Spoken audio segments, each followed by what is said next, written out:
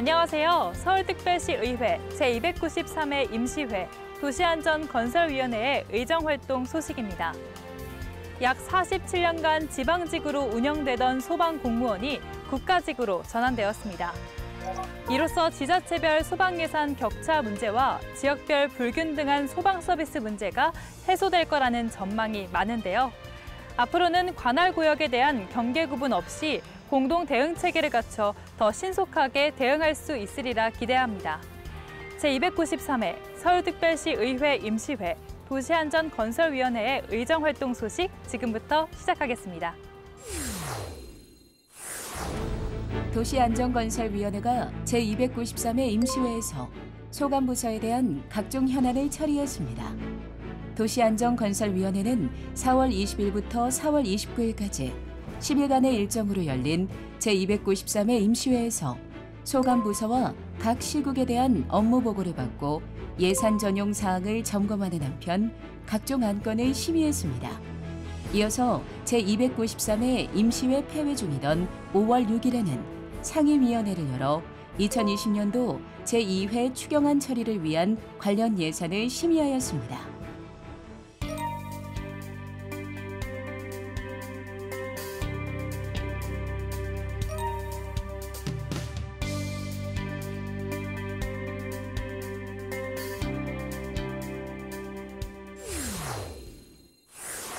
도시안전건설위원회가 서울시가 추진 중인 대규모 토목 공사에 대해 공사 지연으로 인해 배상금 지연 소송이 잇따라 발생하고 있다고 지적했습니다. 사업 계획과 진행 과정에서 면밀하지 못했던 것이 그 원인이라는 건데요.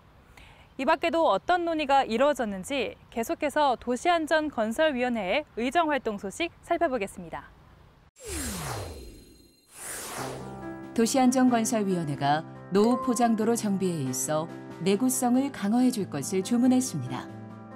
도시안전건설위원회는 4월 21일 열린 안전총괄실 소관 주요 업무 보고에서 최저금액 입찰을 통한 공사가 불량 매노를 자주 발생시킬 수 있다고 지적하며 도로 내구성을 갖추기 위한 방안으로 전환해 줄 것을 주문했습니다. 내구성을 갖추자는 거죠. 어차피 예산을 드린다면 어느 게 예산 절감인지 조금 더 비용이 들어서 좀 더 좋은 공법을 해서 내구성을 오래가는 그런 공사가 맞는지 아니면 저가라도 우선 하고 나서 내년에 또 하면 된다라는 부분에 있어서는 조금 심각하게 좀 검토를 해주시기를 다시 한번 당부드리겠습니다. 앞으로 다가올 폭염에 대한 사전 대비가 미흡하다는 지적도 이어졌습니다. 안전총괄실에서 도로를 기획하고 지하도를 만들고 많은 사업들을 하지요. 그 도로를 개설하지 않고 그 도로를 지속함으로써 교통이 치중되고 서울 시민이 좀 불편할 따름입니다. 그러나 폭염이나 재해나 이것은 시민들의 생명, 안전과 직결된 문제입니다. 무엇이 우선순위입니까? 서울시는 5월 20일부터 9월 말까지 폭염에 대비해 무더위 쉼터 등을 운영하겠다는 방침이나 이는 2019년 서울시가 추진한 폭염 대책 답습에 불과하다는 이야기입니다. 이에 대해 도시안전건설위원회는 코로나19 장기화에 대비해 폭염 대책에 있어서도 다른 대안이 필요하다고 지적하며 새로운 패러다임 변화를 당부했습니다. 도시안전건설위원회가 추경을 위한 소방 관련 예산 삭감이 적절하지 않다고 지적했습니다. 도시안전건설위원회는 지난 5월 6일 열린 2020년도 제2회 추가 경정 예산안 예비심사에서 예산 삭감 내역을 꼼꼼하게 살피는 한편 2차 추경을 위한 예산 절감을 위해 소방서 차고 매연 배출 저감장치 설치 지원 비용 삭감 방침에 대해 우려를 나타냈습니다. 이게 매연이 얼마나 인체 해로운 다 아실 텐데 어떻게 보면은 서울시 전체 감추경하기 위해서 이렇게 예산을 짜다 보니까 부서별로 근데 다른 쪽은 모르겠는데 이게 이 소방대원들의 매연에 대해서는 우리 한번 다시 한번 조명을 해야 되지 않나 이런 생각을 해보는 겁니다. 반면 백년다리 건설을 예로 들며 추경을 위해 사업의 시급성이 우선되지 않은 사업에 대한 예산 삭감이 이뤄져야 한다는 주장이 제기되었습니다. 시급성은 떨어지는데 삭감은 돼야 되는데 이번 감축액에는 안 나와요. 정말 코로나19에 대비했다는 그런 사업이 감액이 돼야 되는 거예요.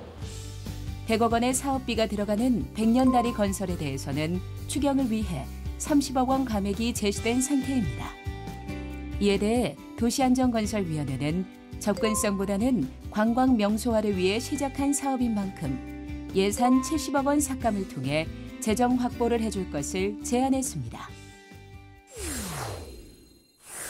서울특별시에서는 굉장히 많은 5개 행사가 개최되는데요. 이를 통해 많은 안전사고가 발생하기도 합니다. 이에 대한 문제 개선을 위해 서울시는 안전관리 계획의 수립 시행에 관한 주체 및 대상과 내용을 규정했습니다. 시민 리포터가 찾아가 그 이야기를 들어봤습니다. 함께 보시죠.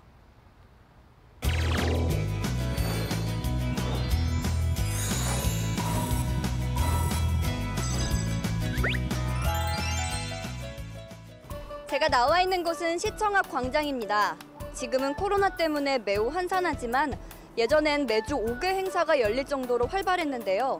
그만큼 안전사고에 노출되기도 했었습니다.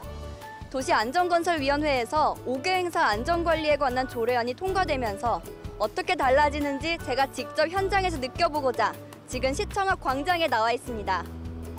공연법과 2020년 6월 4일부터 시행되는 재난 및 안전관리 기본법을 살펴보면 1000명 이상의 관람이 예상되는 5개 공연이나 순간 최대 관람객이 1000명 이상이 될 것으로 예상되는 지역축제의 경우에만 재해 예방 조치 또는 안전관리 조치의 대상으로 규정되고 있습니다.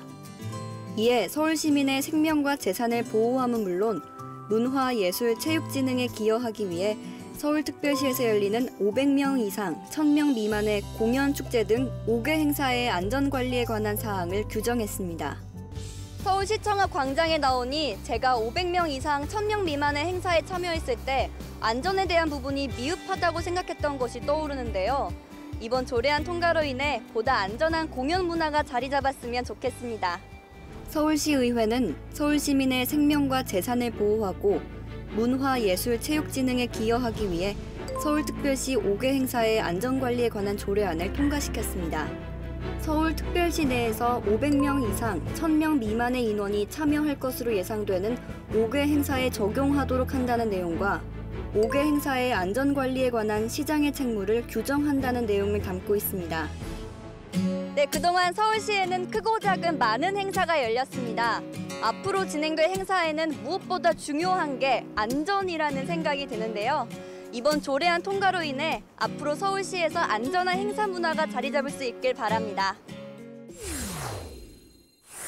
서울시가 안전사각지대 해소를 위해 전국 최초로 공공건설 사업을 추진할 때 기획 단계에서부터 준공까지 공종별로 안전 MP, 즉 안전에 관련된 총괄 계획자를 참여시키겠다고 발표했습니다. 공공건설 사업 초기부터 안전 MP를 참여시키면 기획과 설계 단계에서부터 발생할 수 있는 위험 요소를 선제적으로 예방할 수 있어 안전관리 사각지대가 해소될 것으로 기대되는데요. 모쪼록 제대로 된 시행을 통해 공공건설 현장의 안전성 확보에 큰 역할을 할 수 있기를 기대합니다. 제293회 서울특별시 의회 임시회 도시안전건설위원회의 의정활동 소식은 여기까지입니다. 시청해주신 여러분 고맙습니다.